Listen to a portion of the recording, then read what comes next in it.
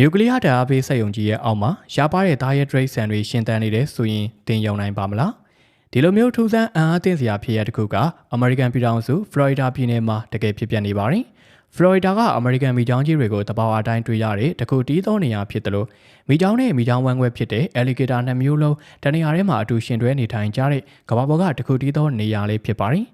တချိန်ကမျိုးသုံးလူနီးပါးဖြစ်ခဲ့တဲ့ဒီအမေရိကန်မိချောင်းကြီးတွေကအခုတော့ထူးဆန်းပြီးမမျှော်လင့်ထားတဲ့နေရာတစ်ခုမှာအောင်မြင်စွာရှင်သန်ပေါက်ဖွားနေကြပါတယ်။အဲဒီနေရာကတော့ဖလော်ရီဒါတောင်ပိုင်းက Turkey Point နျူကလ িয়ার ဓာတ်အားပေးစက်ရုံကြီးရဲ့ရေအေးပေးစနစ်တူးမြောင်းကြီးတွေပဲဖြစ်ပါတယ်။ထူးဆန်းတဲ့ခိုလုံရ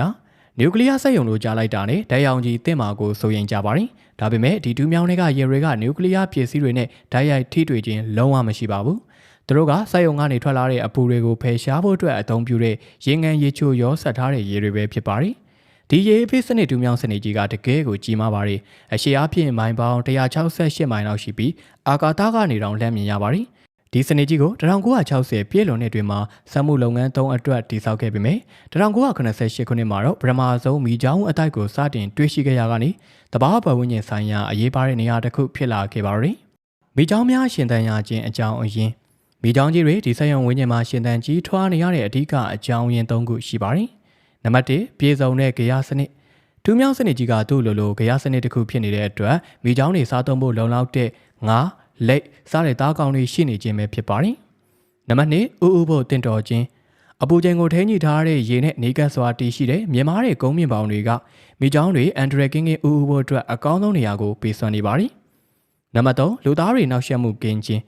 အရေးကြီးဆုံးကတော့ဒီနျူကလ িয়ার စက်ရုံပတ်ဝန်းကျင်ကိုလူအများလာရောက်ခွင့်မရှိတာကြောင့်မိချောင်းကြီးတွေကလွတ်လပ်စွာနေထိုင်ကျက်စားနိုင်ပြီးလူသားတွေရဲ့နောက်ဆက်မှုမရှိခြင်းပဲဖြစ်ပါတယ်။အမေရိကန်မိချောင်းတွေကရေငန်ကိုခံနိုင်ရရှိတဲ့အတွက်သမုဒ္ဒရာကမ်းရိုးတန်းတွေကိုနှစ်သက်ကြပါတယ်။ဒါပေမဲ့ဖလော်ရီဒါကမ်းရိုးတန်းတစ်လျှောက်မှာလူတွေကအိမ်တွေဆောက်မြို့တွေတိုးချဲ့လာတဲ့အခါမှာတော့သူတို့ရဲ့သဘာဝနေထိုင်ရာဥဥတဲ့နေရာတွေပြည့်စည်ဆုံးရှုံးခဲ့ရပါတယ်။ဒါကြောင့်လူသားတွေရဲ့ဖွံ့ဖြိုးတိုးတက်မှုကြောင့်နေရာဆုံးရှုံးခဲ့တဲ့မိချောင်းတွေအတွက် Turkey Point စက်ရုံကဘေးမဲ့အိမ်သစ်ဖြစ်လာခဲ့တာပါ1980ပြည့်လွန်နှစ်တွင်မှာဖလော်ရီဒါတောင်ပိုင်းမှာမိချောင်းကောင်ရီရာခဏန်းမြတာရှိတော့တဲ့အခြေအနေကနေ Turkey Point စက်ရုံရဲ့ထိန်းသိမ်းရေးအစီအစဉ်ကြောင့်အံ့ဩစရာကောင်းလောက်အောင်ပြန်လည်နလန်ထူလာခဲ့ပါတယ်။သူတေသီတွေကညဘက်မှာထွက်ပြီးမိသီးမိအိမ်နဲ့မိချောင်းလေးတွေကိုလိုက်လံရှာဖွေကဖမ်းဆီးပြီးခန္ဓာကိုယ်ကျန်းမာရေးကိုစစ်ဆေးကြပါတယ်။ခန္ဓာကိုယ်အရှိကိုလေးချိန်စာရာတွေကိုတိုင်းတာမှတ်သားတဲ့အပြင်သူတို့ရဲ့အမိရင်မှာတင်းငတဲ့ခြေတုတက်ကိုထိုးသွင်းပေးလိုက်ပါတယ်။ဒီလိုလောက်ချင်းအဖြစ်မိချောင်းတွေဘလောက်ထိရွေလျားသွားလာတယ်ဘလောက်ကြီးထွားလာတယ်ဆိုတာကိုသိရှိနိုင်ပြီး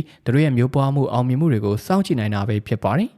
ဒီစီစဉ်စတင်ခဲ့တဲ့အချိန်ကစလို့သူတေတီတွေကမိချောင်းကောင်ရီ1000ကျော်ကိုမှတ်သားနိုင်ခဲ့ပြီးအခုဆိုရင်စုစုပေါင်းကောင်ရီက2000ကျော်ထိတိုးတက်လာခဲ့ပါပြီဒီလိုအောင်မြင်မှုတွေကြောင့်2009ခုနှစ်မှာအမေရိကန်မိချောင်းကိုမျိုးသုံးလူနီးပါးအန်ဒရယ်ရှိစရင်ကနေစိုးရိမ်ရတဲ့အဆင့်ကိုရှော့ချတမ်းမှတ်နိုင်ခဲ့ပါတယ်Turkey Point စက်ရုံကစက်မှုလုပ်ငန်းနဲ့တဘာဝတရားကအတူရှင်တွဲရှင်သန်နိုင်တဲ့ဆိုတာကိုပြသတဲ့ထိန်းသိမ်းရေးဆိုင်ရာအောင်မြင်မှုဇာတ်လမ်းတစ်ခုပဲဖြစ်ပါတယ်။တိုးတက်မှုဆိုတာတဘာဝတရားကိုသတိပြီးမှရယူရတာမဟုတ်ပဲတဘာဝတရားနဲ့အတူလက်တွဲပြီးရှေ့ဆက်နိုင်တဲ့ဆိုတာကိုကျွန်တော်တို့သတိရစေပါတယ်။